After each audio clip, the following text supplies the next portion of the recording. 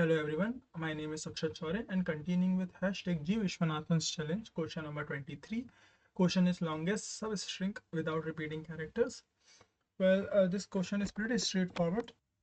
This question is from sliding window concept. You need to return maximum length of substring possible, which contains the unique character.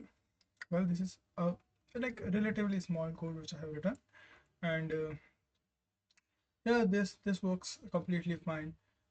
What you need to do actually, you need to start with I and j to be from 0.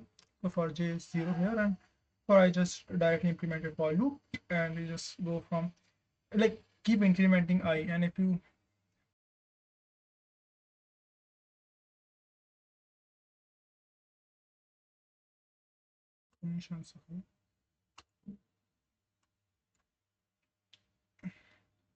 this is the time complexity and space complexity. So thank you everyone, and I will post more videos